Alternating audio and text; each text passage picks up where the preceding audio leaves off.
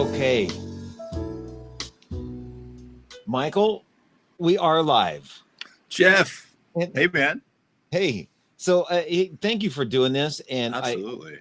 And I got to say this to you, same as I said to Bruce when he was on. There's no way I can capture the same energy and funness that you guys do when you do your VIB thing. I'm glad you've been tuning in, man. Well, thank you. Yeah. I just want to just kind of start with that because I have this. I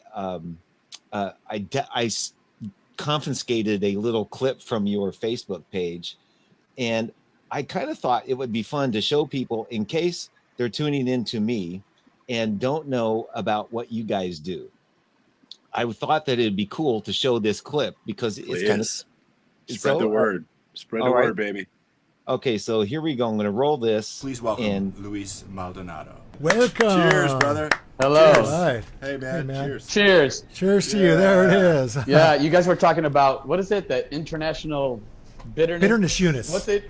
Bitterness Unit? Were you in there Googling stuff? You know, I was actually, I had to pull out my reading glasses like, what is he talking about? It's like destruction. I've never even heard of that. So I was like, my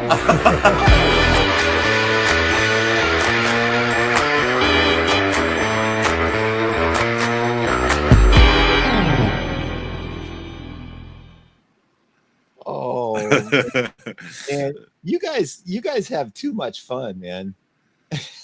Yeah, well, it's kind of that's what it's about. I'm happy to hear that you feel like we're capturing that, and yeah, it's sincere. Bruce and I have been on the road together for, well, notwithstanding the latest pandemic, 9 years. So we have a lot of. Yeah. We've clocked in a lot of hours, and we have good chemistry together, and we like to have a lot of fun. Tip a couple back, Bruce is a really funny guy. He's very funny. and based on what I've seen of you, the chemistry between the two of you guys, it must be nonstop when you're hanging around. It is, and then you get the other guys in the band on the mix when Foreigner's on the road. There's some funny, witty, silly dudes also in the mix. Other guys in the mix: Jeff Pilson, Tom Kimball, Kelly Hansen, Chris Fraser, all those guys. Yeah, we have a lot of fun. Well, let me ask you. The first thing that I played, what I opened the show is you playing from your trio way back in 2001, and that you were still in the Bay Area then. That's right. And when did you leave? And when did the Foreigner gig come in? Because you've been doing that for a while now. Yeah, we just hit 12 years. I've been a Foreigner. It was 12 years in March. So right. Basically, that was shortly before I moved to LA when that came out. So the album that you were playing a cut from was an album called Wild World, which was from 2001, like you said. Bay Area guys, Jason Lewis on drums, John Evans on bass, good friends of mine. Anyway, so that album came out then. And then 2 years later, I moved to LA, 2003. And I've pretty much been here since. I had a couple years where I was back in Marin County because my ex-wife at the time, she had a job at Skywalker for 2 years up there in Marin. So we were living in Fairfax for 2 years. But besides those 2 years in 2011, 2012, I've been in LA since 2003. Yeah. You asked about Foreigner. Go ahead. Before we get to Foreigner, did you grow up in the Bay Area? No, I'm a Boston boy. I'm Massachusetts. Oh. Yeah. So you don't have this San Francisco versus LA kind of vibe, like, oh, I hate LA if you're from San Francisco. And man, that stuff. I remember one guy said to me that stuff is real. I remember, talking about moving to LA and, being just verbally assaulted about the thought that I would ever. It was like the ultimate betrayal. It was like, political divide. It was like Republican versus Democrat. It was, it was like, wow, man, it's heavy. I remember I remember exactly who it is. I'm not going to say who it is, but I remember talking to a dude, a longtime Bay Area guy, and he said, LA, I just feel like that's where the devil lives. That's what he said. So that kind of sums it up. Well, so since you've been in LA, has the devil got you? I don't know. I guess maybe you want to reevaluate that at the end of this interview. See if you if any demonic demon seed or whatever is being spewed. No, I mean, I don't think so. I mean, I feel like I've gotten to blossom a lot as a person here.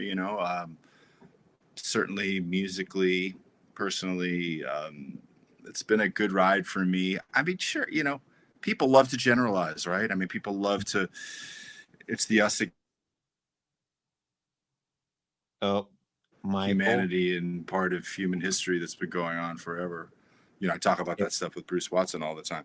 Yeah, and so similarly with tribalism, with political affiliations, with jazz snobs or whatever. It's like the us and them, and like having sides. And I think the Bay Area, I'm convinced. I think there's some jealousy there because you can kind of rise to some prominence in the Bay Area in your field, maybe in music or in the arts, but it's still. San Francisco, it's smaller and it's its own insular thing, and has great, or at least at the time when I was there, I can't speak for it now because I've been gone for a while, but at the time, the 90s were a great time, in San Francisco. There was so much creative music going on. The jazz scene was really fertile. There were all those clubs in the Mission, Up and Down, Bruno's, Right. Elbow Room, all those kind of classical places, and then Yoshi's, of course, in Oakland was kicking and always had great stuff. And Jazz at Pearls and all of these great places, but back to my point, I feel like, the whole big fish in a small pond thing. I mean, you can get to a point, and no disrespect to San Francisco, but you can rise to the top there and you're still off the map from an industry standpoint. And I have to say, it wasn't until I moved to LA that things opened up for me, for touring, for opportunities, for composing, for some TV things, for my studio work has been. I wish I've had more of that. That's a competitive thing, and I haven't cracked that. I've been on the road a lot of the time. I guess that's probably part of it, but it just kind of opened up for me as far as the touring thing when I moved here. Just suddenly there were these opportunities to audition for things. So Well, when I came to LA, the first time I was in LA was in like the early 80s. And I was blown away that I could go to almost any club and hear somebody that I listened to on records. They were just out playing. And from that point of view, and you were saying the road gigs, the opportunities for those and opportunities for studio work and writing, all of that is here. Yep. And it's really limited in the Bay Area, unfortunately. Yeah, I mean, I've known of guys in the Bay Area that through whatever contacts they've leveraged, they've gotten some good composing things or jingle work, where I guess that's sort of like an older term, the jingle thing, but maybe some studio stuff and some touring. But yeah, you're this is certainly the epicenter of it, And how did the Foreigner gig come up? Because that's from my point of view, being a fan of music all my life, I'm going Foreigner, that's, to me, that's a pretty heavy gig, Man, I mean, I growing up in the 70s, for me, as I said, I'm 51, so born in 69. So in the late 70s, Foreigner was just ubiquitous. So as a kid, Hot Blooded, Cold as Ice, Blue Morning, and then all the stuff, Foreigner 4, Jukebox Hero, Urgent, Waiting for a Girl Like You, all those big tunes. I mean, I was a kid when all that stuff came out, and I loved it. I mean, I was raised on radio and FM radio and classic stuff, classic rock and just great melodic rock and pop, and it was pretty amazing. I got the opportunity to audition for them in January of 2008 and got the gig and started in March of 2008 and been with them ever since. That keeps you pretty busy normally. Normally. But I also noticed, and I kind of jump around a little bit, but it's okay. You play guitar too, and I noticed do. During the pandemic, you've been doing some things, some little things from your home. What was the thing that you were doing where you're playing guitar and yeah. Yeah, I've been actually putting out some singles, some original music, and some cool covers and stuff. And actually, my girlfriend Tina Terry is a really fine singer, and we have a duo called Tina Blue. So Tina Terry, Tina, and me, Michael Bluestein, Tina Blue. So we've been doing some live streams here, and actually, shout out, promo alert. We have a new single that just dropped yesterday, and it's an arrangement of the Rolling Stones song "Paint It Black" done in a kind of down tempo. I'll play that right now. Woo! Yeah.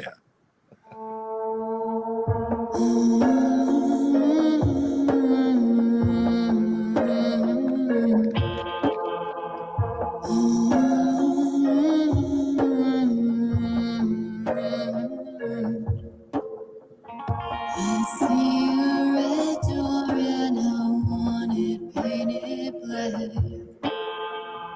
No colors anymore, I want them to turn black. I see the girls walk by dressed in their summer clothes. I have to turn my head until my darkness goes. I see a line of cars and they're all painted black.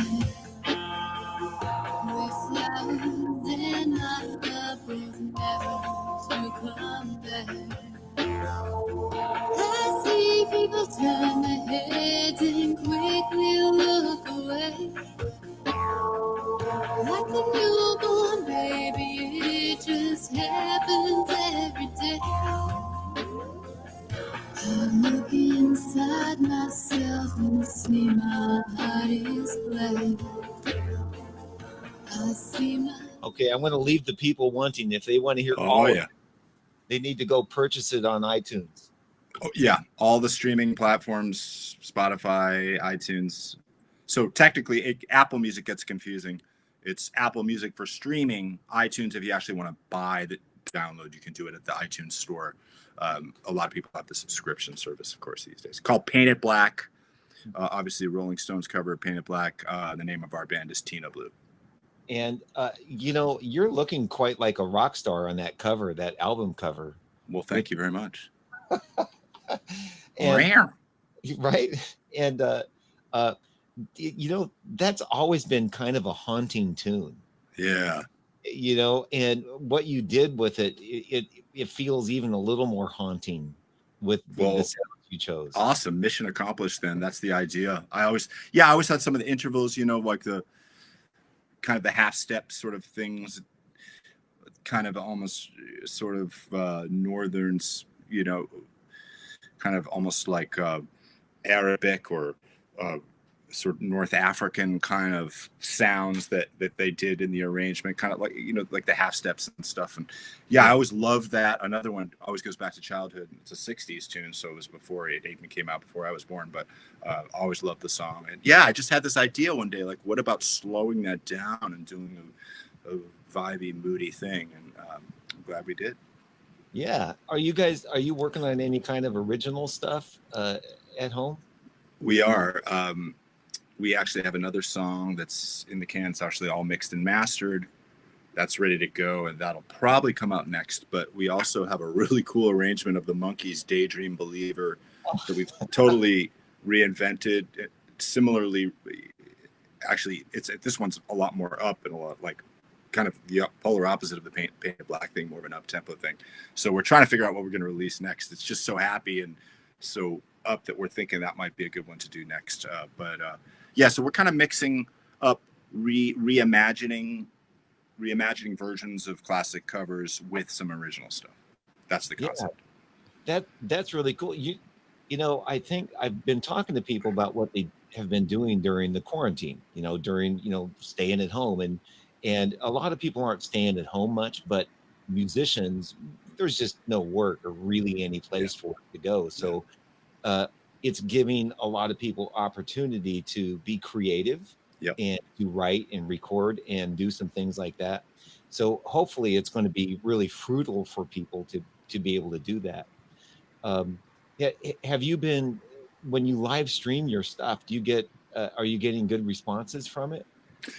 Yeah, we've stepped up our audio game here in the studio, and I'm able to use my microphones and hardware, all my musical stuff. I'm able to use that to push it out live. When we first started streaming, we had an iPhone up that we're just, playing in the room with the iPhone, which, sort of passable, but not really great. So there's been all these. It's been a good time for technological innovation during the streaming thing, and there's some new tools, there's some new software and new ways of getting your hi-fi studio setup into Facebook Live. There's all these different programs now where you can stream and have much better audio. So we've been getting good results with that and getting some good audio out. And yeah, we have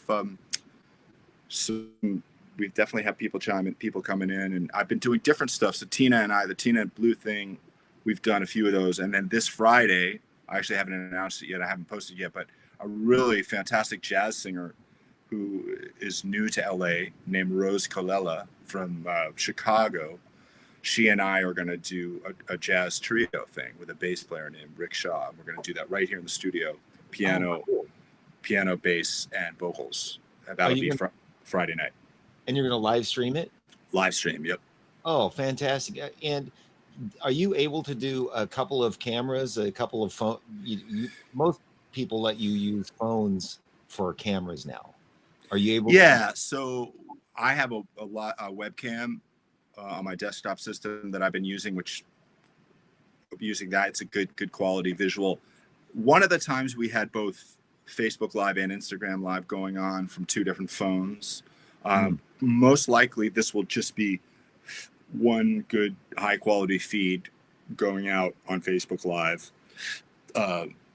We might, the problem is the audio portion of it. In order for us to do that, I need to split out my audio to go into an iPhone too. And so I haven't gotten to that point yet where I have the audio routed to two separate sources, so we're going to just try to keep it as simple. It's already gotten more complicated what I'm doing here. So kind of putting a lid on it, one good hi-fi audio source going into Facebook Live. That's what we're going to do. And when all of this happened, what was interesting is everybody suddenly had to start doing things from home, and any interface that you needed to buy was sold out like immediately. Yes. Yeah, there was a mic that I was trying to get that what is it, the Apogee Hype mic, which came out recently, which has the built-in compressor. At one point we were looking at using that mic going into the phone because it's a mic that hooks up right into your iPhone, and we were looking at doing that. It was sold out. We didn't get it. And then right after that, I started reading about it, finding out that I didn't need that I could use my high quality studio mics to capture sound to push right into Facebook Live. So, yeah. Right. And then there's also a difference of the streaming services that are iOS based, and then the others that you can do right from your laptop, which allows you to get better audio into as well. So you're using Switcher Studio? Correct. And I can only it's only iPhone or iOS based. So I have a specific interface that will go as a microphone into the Lightning port. Okay. So you're using, what kind of mic are you using? Well, this is how I'm doing this is really discombobulated. Yeah. So sounds like I'll be right at home. Yeah, right. So how I'm doing this is I'm using my iPad as the switcher, and it allows me to switch just like all the different screens and overlays and everything. So you can do all kinds of fancy stuff. But I'm not using this for the audio. I'm using the video chat for audio, which is my computer going through a mixer and microphone and you.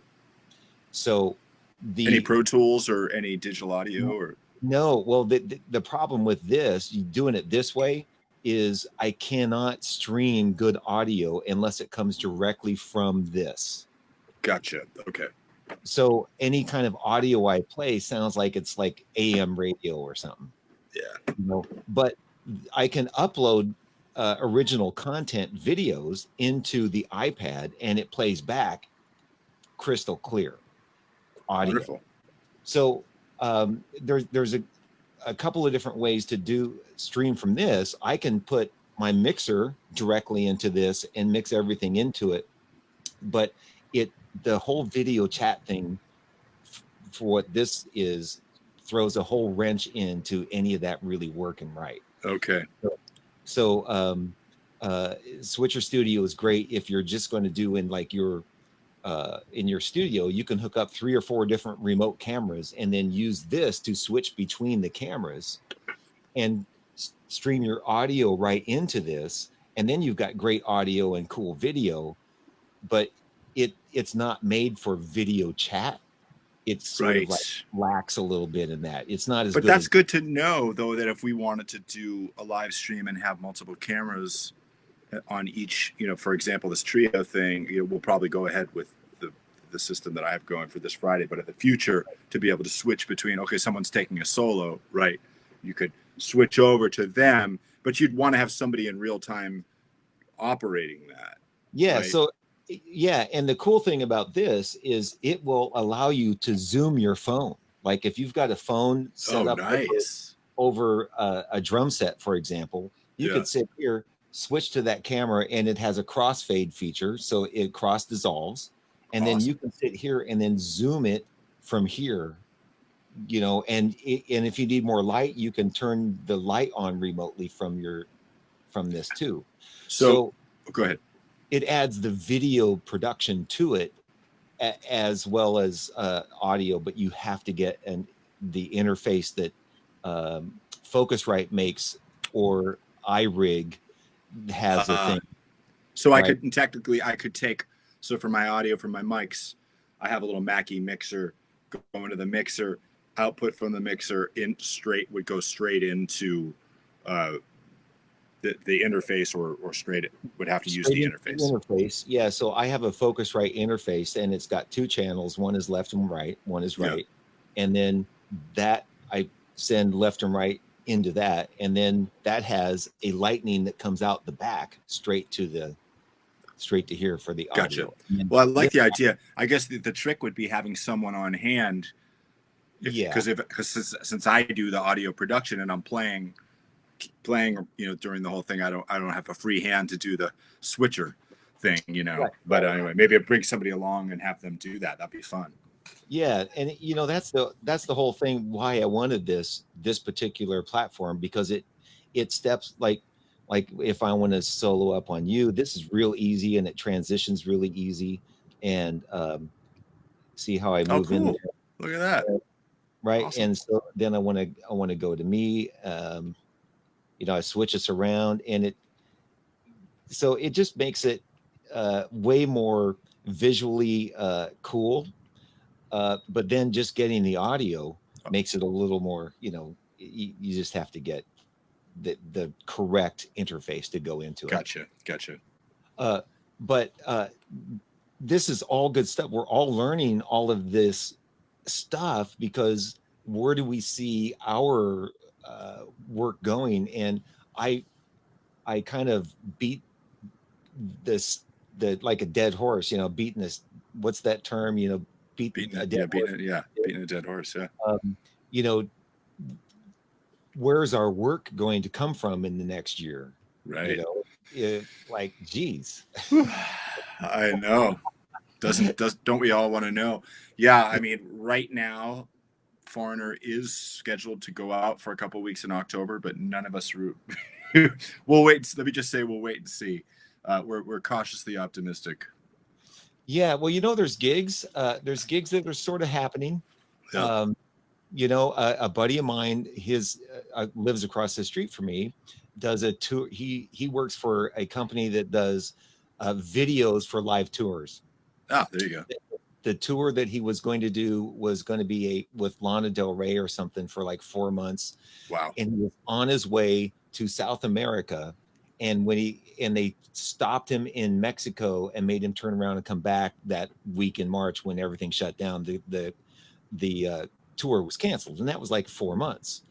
So when you're doing those kinds of tours, and that's sort of a thing that you guys do, a tour is half a year or a whole year. Yeah. And then, rescheduling that or getting all that to go, we're all still up in the air when all that's going to come back. So we're left to doing things like you're doing at your house, and the stuff that you and Bruce are doing. Again, man, the energy between you guys, if you guys can't monetize that somehow, I don't know. I mean, it's Some people, man, come on, hook us up. We need some branding, marketing people. No, I mean, we're working on it. We did have sponsorship. Thank you, by the way. We did have sponsorship for the last 3 episodes. So we're trying, we've been partnering with some craft breweries. We had Deep Ellum from Dallas, Texas, Oscar Blues, Colorado, and one other one.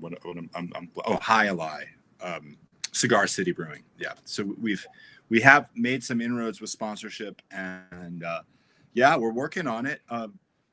Seems like everybody's got a podcast, or a lot of people do, and so you gotta. But it's just like, how do you stick out from the herd, from the masses? That's what we're working on. So, when this all started, I encourage everybody, and everybody still needs to do this. But when you look on the news feed and you see everybody doing a live stream, it's easy to feel like, where am I going to fit in? Right. But there's so much and so many people that just you being you, and you and Bruce have something. I mean, I start laughing the minute I'm seeing it. So you've watched a bunch of them. Well, not a bunch, but enough. Yeah. Enough that it's like, it's good fun. How did you come upon it? I'm just curious. Just through my posts So you've known Bruce for a long time. Well, I played a couple of gigs with him back. Oh, okay. I maybe 2010 or 2011. Okay. I had just moved down here, and this guy Troy Dexter, I was doing some. He goes, "Oh, call Bruce," and Bruce came in, and I had a couple of little gigs at this pizza joint out in Woodland Hills, and then next thing I know, he's like, Foreigner. Yeah, I was gonna say that would have been right before because he joined in 2011 in the summer. We were out with Journey at the time when he came in. So what has that been like, being on the road and being in front of? I noticed your setup is kind of massive. The first thing that I thought was, it's Rick Wakeman modern day. Okay. If any comparisons or associations with Rick Wakeman, I'll take. I mean, I'm a huge Yes fan, so that's awesome. But you know what? Rick Wakeman's setup back in the day dwarfs what I have. I have four keyboards. 2 of them are going into a Mac using Logic's MainStage for soft synths, and then I have 2 that are on their own, a Korg Kronos. And then a Nord Electro, which actually for my B3 stuff goes into a real Leslie. So I do have a real Leslie up on stage for the B3 thing. Well, things are a little different electronically now than it was back in those days. In those days when Rick Wakeman was playing, every different sound had to be a different keyboard. And not only that, in real time, he had to dial up any of the presets. When you're on a Mini Moog, which you can see mine right back there. It's on top of the Rhodes there. See it? Yeah. Here, let me zoom in so everybody can see that better. Yeah. So I heard those things are worth a lot of money now. But this is actually a reissue. Oh. The one that I have is a reissue. Not cheap either. I think that one probably retails for $3,500. Original Mini Moogs in great shape. Yeah, I'm sure probably pushing $6,000 to $10,000. I would get. That's just a guess on eBay. Yeah. But yeah, Mini Moog reissued this all analog. It's more stable than the original one. The tuning is better. It's amazing. But anyway, back to your point. Yeah. When Rick Wakeman was playing a Yes song, back in the day in the 70s with a real Mini Moog, there's no presets. You can't just hit a button and switch to another patch. You have to make those adjustments right then and there, make sure you're at the right spot, play the sound, and then the next song you have maybe is a totally different vibe, or has a square wave instead of a sawtooth wave, and you're making the switch and you're adjusting the filters.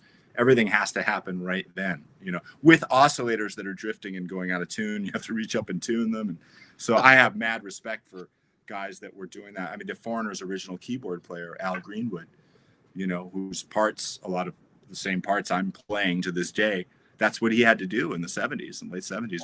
It was all no presets, no.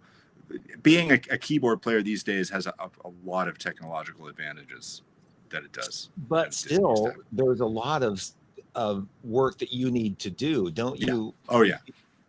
I mean, just in programming everything to make sure that, do you get set lists ahead of time so you can kind of go through all of your presets fairly well? The quickly? Beautiful thing with Logic MainStage is you can drag and drop the set list right on your laptop. Speaking of a lot easier. So once I have all my sounds programmed for Cold as Ice, Urgent, Waiting for a Girl Like You, I Want to Know What Love Is, the set list, normally our set list stays pretty consistent. But if something changes, I just advance to that next patch, or if I know ahead of time, I can drag and drop everything in a new order and it's done. So again, the technological advances help me a lot. Right. Now I noticed you had two computers. Do you have? Yeah. Does one run one set of keyboards and the other? It's a backup. It's a duplicate. Oh, it's okay. the redundancy basically. So it's just a safeguard. If one computer goes down, there's a switcher button that just switches it over to the other one. Okay. Yeah. And doing those big gigs, there is nothing like having redundancy in case one thing messes up, because Oh man, always messing up. I mean, we've been pretty lucky with our Macs, but occasionally something funny will happen, and you hit the switcher, and boom, the other one's ready to go. So it is a nice security. It makes me sleep better. Makes me feel more confident being up there, knowing that if something glitches, I can switch over. Well, another thing I want to ask you, as far as shining a light on more gig workers, do you guys travel with a crew or a group of people, like a sound guy and some other manager and all that sort of stuff? How big is the crew? I would say the entourage, all of us together, normally 17, 18 people between the band and the crew. That's a lot. And that's the one thing that I always like to try to point out, is the people who are also not working are all of those people. Yes. And I was talking to a front of house guy yesterday that talked about how he learned his trade and craft, like in an apprenticeship back in the old analog days of duplicating tapes, in record and all of that. Those kinds of skills you don't go to school for. And when you're then get to be your 50s and 60s and this happens and somebody says, oh, well, just get a different job. Like, come on, all those guys that are doing those gigs, that's all they've done a lot of times, and they can't just go get a different gig. Yeah. Man, well, yeah, you said it. And it's a huge, this part of the economy and the gigging musician, it's been some of the hardest hit. We're some of the hardest hit of a lot of the fields, because we just don't know how long, with the social distancing and people being scared to go to public events, and how do you make it affordable, right? If you have to get a certain amount of bodies into a place to sell a certain amount of tickets for the machinery to work, for, all for the crew and the band, and to pay for everyone to get that, to get out there. And it's all, it's all economics, right? We don't know how long it's going to be until we can safely have 2,000 people, right, in a show, 2,500, 3,000, let alone, the amphitheaters where you're dealing with, 5,000 to 7,000. Yeah, seeing how all that's going to come back is going to be really interesting. So we're back to where we are now, and make it. But let me ask you, based on, you're in a little bit different circle of musicians. So I always want to ask this as a musician: um, have have people sort of devalued what we do a little bit over the years? Other than, I think you guys probably have a pretty big fan base in Foreigner, but other than that, the value of music, there seems to be an expectation that you don't have to pay for it outside of what you do. Like the music Painted Black, how many people think, well, I'll just download it for free? That the value of music seems to have went down a little bit. Oh, it What's your absolutely has. It absolutely has. It's discouraging. You know what I mean? On one hand, it's discouraging. On the other hand, we're creators and we have to keep moving forward. We have to keep putting out music. We have to keep doing what we're meant to do and what we love to do and what we're passionate about and what enriches the world, right? Artists, Yeah. musicians, performers enrich the world with their talents. So we have to keep moving. But it is a challenge in that way. And I think you said it. You hit the nail on the head. If you're, as a young person, who's grown up, if you're 25 years old, right, and you've never, the thought of, you don't come from a time where you grew up buying CDs, right? You don't come from a time where you even up to a few years ago, people were paying for downloads more, right? People were maybe not a huge slice of the pie, maybe, but there were people buying an album on iTunes for $9.99, or buying songs they want. The subscription service came, right? Spotify came up with a monthly subscription, $10 a month. Apple Music, $10 a month. Suddenly, you can stream just about anything in the world, anything you want at any time, for $10 a month. And there's a free version on Spotify where you don't have to pay at all. And I think there's some limitations. You can't, with the free version, you can't just enter in, I want to hear Painted Black by Tina Blue, because you have to pay $10 a month to be able to select a song, right? But then just about anything you could think of, you can go on YouTube and play it for free. So, you know what I mean? You want to hear whatever, a Lady Gaga tune or anything in the last, that's come out in the last few years, there is a YouTube video of it, or someone has added it on YouTube where they have just the cover of the album and it's there, and you listen to it and people can listen to it for free. So it's a different paradigm. And the streaming rates are so low. Yeah. Music has been devalued. There's no doubt about it. I wish I knew the solution. I don't know what it is. All I know is that as a creative person, as a writer, as a content, I have to keep moving forward. I have to keep putting it out. I have to keep doing it. So, So you grew up in Boston, and it was Boston the group. Was that about when were you listening to those? Oh, hell yeah. Guys? And did what made you want to get into music? And did you happen to go to Berkeley, or I went to Berkeley College of Music, late 80s, 87 to 91. I pretty much jazz piano major, was a big time jazz freak for a while. Got really into that. I practiced. I was obsessed in the practice rooms all the time. But going back a little further, I started on classical piano when I was 9, and loved classical piano too as a kid. And it was just, I wasn't being forced to practice. I would get up before school and start trying to get some practicing. I was obsessed with piano from an early age, and then there were ebbs and flows of that. That ebbed and flowed, like in high school, whatever, maybe some sports things, or wanted to be maybe more of a normal kid and not be a music geek all the time. So, but yeah, so to answer your question, Boston, all those, Aerosmith, Boston, Jay Giles band, all those, the Cars, right? All those bands that were Boston bands. I certainly, that was on my radar all the time.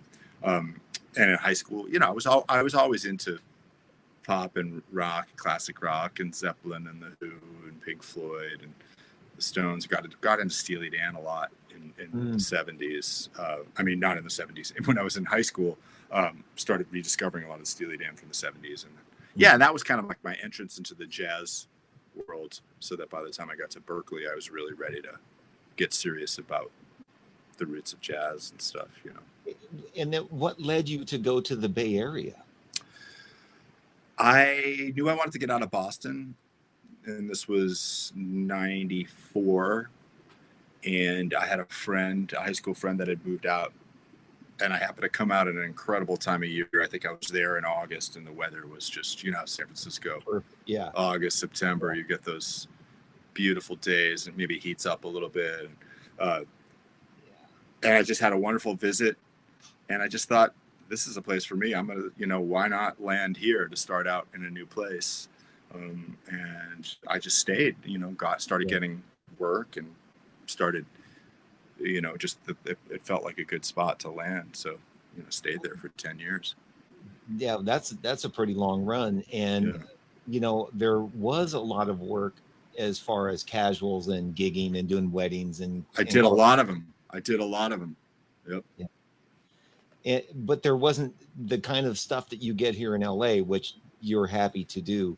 That just really wasn't happening. But I think by the 90s, a lot of the recording stuff and the jingle business was starting to drop off, and the only kind of gigs were those weddings and corporate dates. And man, if I did another wedding again, I think I would just, okay, it's time. I'll just go get COVID or something, man. I can't do another wedding, So you had, I remember, and probably what you called me about when I remember, and I went, I went online and I was checking out your stuff and the Black Market Orchestra. I know that I must have done a couple things at Carla Helmbrecht, the singer. I worked with her, and I know that she was part of that. And I just remember hearing your name, that you were booking a lot of that stuff. And weren't you? It was kind of your project, right? You booked it. Yeah, I had a couple of bands. I did one that was the classic swing band kind of thing that Carla started in, and I started out as a big band, and then I did a show band, and because I wanted to do corporate gigs where people were dancing, and at that time, it was the resurgence of the 70s, disco stuff.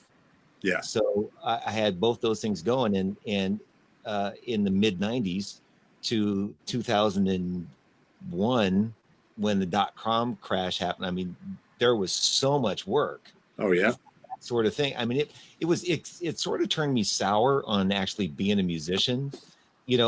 All I could think about was, okay, just keep time and think about the client, Sure. And it just became a job. And then when I moved down here, I just kind of quit playing and started doing sound, which has been a blessing. So you've been doing live sound a lot. That's all I do now. Okay.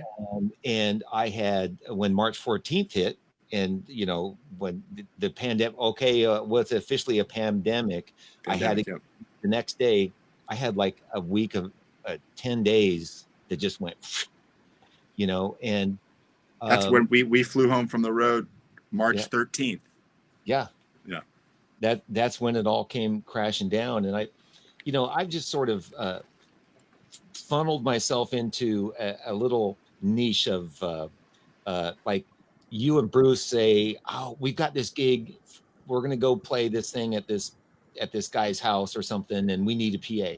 Well, I'll bring all the stuff. I got a nice big Pro Tools rig, a nice couple of digital boards, and I've got good speakers and mics, and so I'll just do all these, little events. And have you stayed? I mean, obviously before COVID, were you staying busy doing that? I was Good. working, and last year I had the best year I'd ever had, and I could work almost every day for $500 a day. Dude, amazing. Fail. Amazing. Yeah. So when you launched it, you just made an investment and you bought a bunch of stuff, right? Or did you already have it? No, I got a nice big digital mixing board, and then I just sub-rented until I could afford to buy pieces. And now I've got a couple of full systems that I can do a corporate party of 500 people. And then if I have to go bigger, I just sub-rent the main, fly the main speakers. I sub-rent those. I'll get some L Acoustics or DMB or something. And then I'll just bring all the mics and monitors and mix desks and just do that.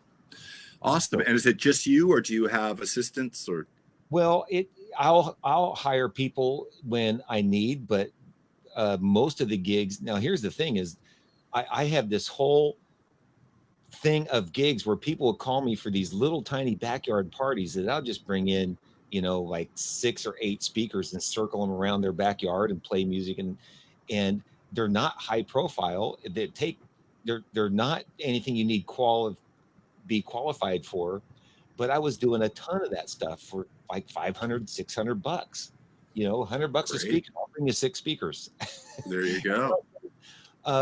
But sometimes I would need like a second guy or a third guy. If it was a big event, I'd have to get a higher whole crew. But well, that's cool. I had no idea you had carved out a whole new thing doing that. So you're not really playing. You're not really playing drums much. No, I quit. I just said it. And when you're in this town, when you come down here and you start playing, and somebody calls you and says, "Hey, got this gig." If you haven't practiced for a few weeks, you're like, man, oh, my chops are going to be rusty, man. And I just decided that I would say no rather than go and feel as though I was going to embarrass myself to play. Yeah.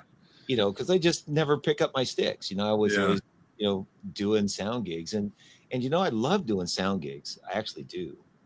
So doing sound is fun. Like, I mean, I've gotten a lot more into mixing with my studio. I actually love it. I love the discipline and the challenge of it. I mean, obviously live sound is very different than mixing in a controlled studio environment, but they both have their challenges, right?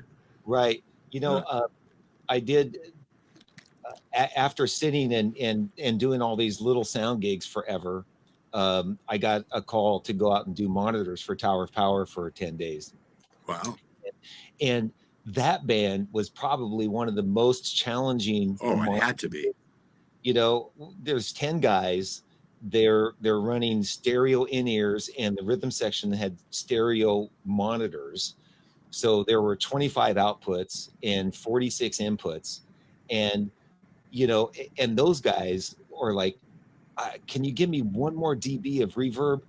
Can you give, and like really, and do it so much that they could tell. And you've got all of the horn players that Doc and Emilio and those guys, and I was like, oh my god, pins and needles.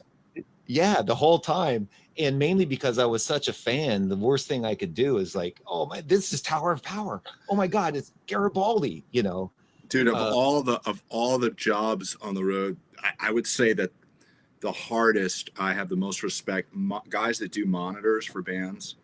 Oh. That is the definition of the hot seat, man. You are in it there, man. Like the nuance, and everybody wants something different. And then you get your scene saved, right? You go, oh, I've got everything the way everyone likes it. You go into a new room, it's all different. Yeah, it all changes. But I kind of like doing monitors because you're hanging out with the band. Yeah, that's true. You get to sit next to the band, and there's nothing like them looking over and doing this. So that's kind of what I've been doing, and nobody down here knows that I even play really. Yeah. Well, in a way, maybe it's like you. That's kind of a smart approach. You make a clean break. You've reinvented yourself as a sound guy, and you don't have the past of, people love to pigeonhole you, right? People love to know, oh, Jeff, he's that guy who plays drums and doing casuals, right? It's like, right. There's none of that. It's like, no, you kind of come down. I was like, oh no, I have my own sound company. Great, man. Yeah, it's like, exactly. Yes. And we're kind of in this time right now where this is an opportunity for, if we need to recreate, or we're thinking about recreating something, we can do, just like you learn in all the video streaming stuff. I think there's so much need for content. Yes, that absolutely there is, and it's why I keep going back to your VIB thing, because you guys really have something there. There's so much need for content that there's room and places for it to go. And have you thought about trying to shop it to like Netflix or anything? I like you're thinking big, man. I like it. We need to. I love. They're looking for content, and they can't bring everybody in anymore. So my first reaction to that, I think, you know, like you said, I think Bruce and I have a good comic chemistry that sort of naturally happens. But I think in order to do that, we would have to script it more. You know, I think it would have to be more scripted. I think it would have to be a little less off the cuff, you know, because, you know, we do some homework, we do some prep, you know, on our guests and everything. But yeah, I think it would need a little more pizzazz, a little more, just scripting for it to pitch it for that. Sometimes the looseness and the off the cuff stuff really works, and people like that. Yeah, no, I mean, I think it's hit and miss, you know. Obviously, not every joke or every thing you think is funny or every kind of little thing that's said or double entendre is like as funny as the next one, right? You know what I mean? So some of them work great, and sometimes it happens and it's hilarious, and then sometimes it's like wah, wah, falls flat. You know, that's the beauty. So, but we would love to try to launch it, make it into a bigger thing. You know, if we could get some sort of serious corporate sponsor, serious partnership with like a big Anheuser-Busch, I'm looking at you. Let's talk turkey over a couple beers, eh? Yeah. You know, that's what I'm talking about. Yeah. Yeah, and you know that could happen. That you never know when something's going to fill this void, and it's creative and it's fun, and you're able to, you know, write little pieces for it and you know, learn about other people. This whole thing turned out. I'm doing this where it's become just not really an interview, as we're just talking, just having a conversation. I like that. It's a hang. Yeah. Yeah. It's kind of a hang thing. And it's like, if I was doing sound for Foreigner and I was sitting there and just meeting you, and I'm like, yeah, well, so where are you from? Right. You know, and it just makes it easier to have conversations. And the first few minutes, you know, we talk about stuff that people can tune into, and then the rest is just, you know, we're just talking. Just see where it takes you. I like this kind of almost stream of consciousness, the tangents.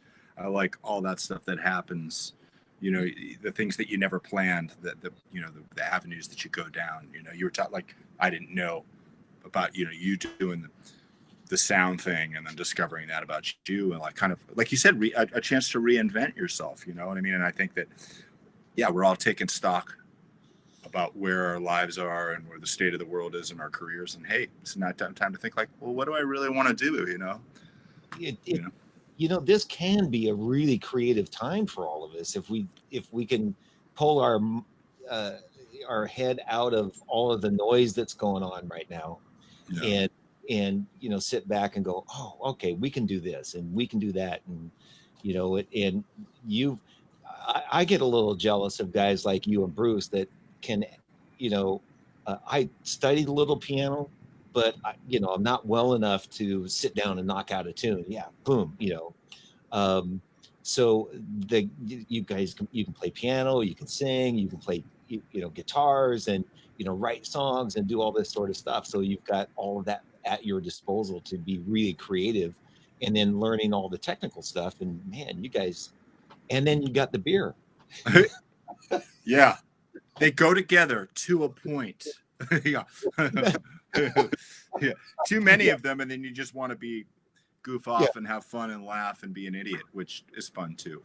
But yeah, you're right though. It's a golden time as far as like the technology. I was doing another interview podcasting last night, and we were just talking about this very thing of technology and all the tools that are here now. You know, it's like, and if you have the desire and you want to learn and get better at it, it's like there's nothing we can't do now, right? We're mixing our own productions. We're doing interviews. You got this switcher thing, and you're doing video on the fly. You know, it's video production on the fly. You know, people are live streaming and stepping up the audio, and it's great, man. It's a great time. You know, under really weird circumstances, which or suck in a lot of ways, but you know, like I think the silver lining is that we can all grow and be creative and have some fun, you know.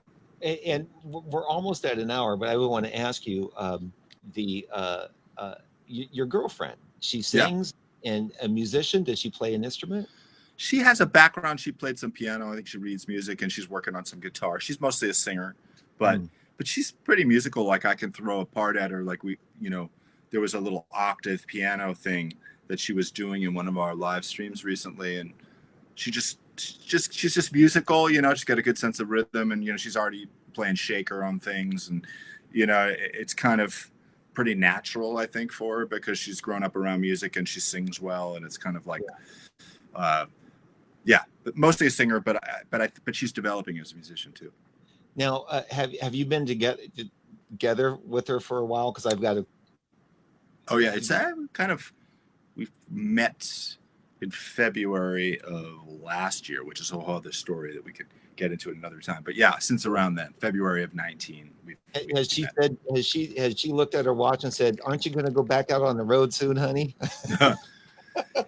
You know, both of us are like, man, again, I'll take the work if you know, this thing ends and we can safely tour again. Obviously, it's a great gig, and I love playing with Foreigners. So yeah, I'll do that as long as I can, and as long as there's demand for the band, which it seems like there is. But yeah, it's been a special time in that I don't have to leave and be gone. You know, I don't have to be gone all the time, and we're getting to do all this fun stuff together, and the musical thing and sharing that and having that is like a real. I really treasure that, you know. Yeah. So you'll have a whole album out soon with just the two of you. The tunes are stacking up, and there's a bunch of them, and I actually have a few of my own original, more singer-songwriter poppy kind of things that have been sitting around and that are done, and that'll probably end up on an album soon. Cool. You know? Yeah. Cool. And if you ever need somebody to come and run cameras, you know, I have nothing to do. Man. Wow. You know, somebody actually called me and said, "Hey, we want to live stream our band. Would you come and do it for us?" You know, did you do it? I said yes, but they haven't scheduled anything yet. Okay. But I'm starting to have people in my backyard come and sit and play. And I'm hooking up 3 cameras or 3 phones, and I'm switching between them. Well, bring Tina Blue over there, man. We'll do it. Hey, that's a good idea. You'd come over and do like an hour, you know, a few tunes, and then I put all the cameras and I live stream it. I love it. We have a ton of material. We can do our new stuff, our cool covers. You know, yeah. If there's an opening, let us know. We'd love to. There is. I might hit you up. Really, like about it, like 2 weeks from today. We have a road trip coming up sometime in September, but I think that should work. Let's talk. I love it. Okay, yeah. You know, I social distance. I've got a nice backyard with a little koi pond and everything, and I have all the gear. I set it up, and I bring all the mics. All you got to do is bring stuff to plug in. You know, I got everything. Have you been getting good audio in your feed? Oh, yeah, because I have the interface and I go straight into this. Awesome. Well, I'll check out some. Do you are the live concerts still up there? Yeah, the one I did last week is up. Is it on your page? It's on my page now. The first 2 songs had too much reverb. Now here's the issue when you're doing this thing, because once you start, you can sort of do a test, but you never know until you actually live stream it. And so it was the first live stream I did. I listened and it sounded okay, just listening, you know, through the computer. And then I put the headphones on and I'm like, oh man, that is too much reverb. So then I pull it down, and then you have to wait like 10 seconds, you know, to hear whether the change was enough. Of course. You know what I mean? So that was the first one I did in my backyard. So I've kind of got it set now where the reverb is okay. But I'm doing one tonight, as a matter of fact, too. Well, I'll check it out. Yeah. And I might be checking out. There actually is some live music that's happening around here downtown that I might check out. But who do you have playing?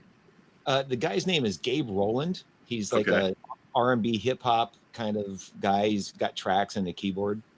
Great. And so, you know, I want to use this that I have and get good audio and be able to do the cameras, and you'll be able to see what it is I do. And I'll check it out. And you said it's still on your page, the last one. And I never take anything off I never take anything off my Facebook page.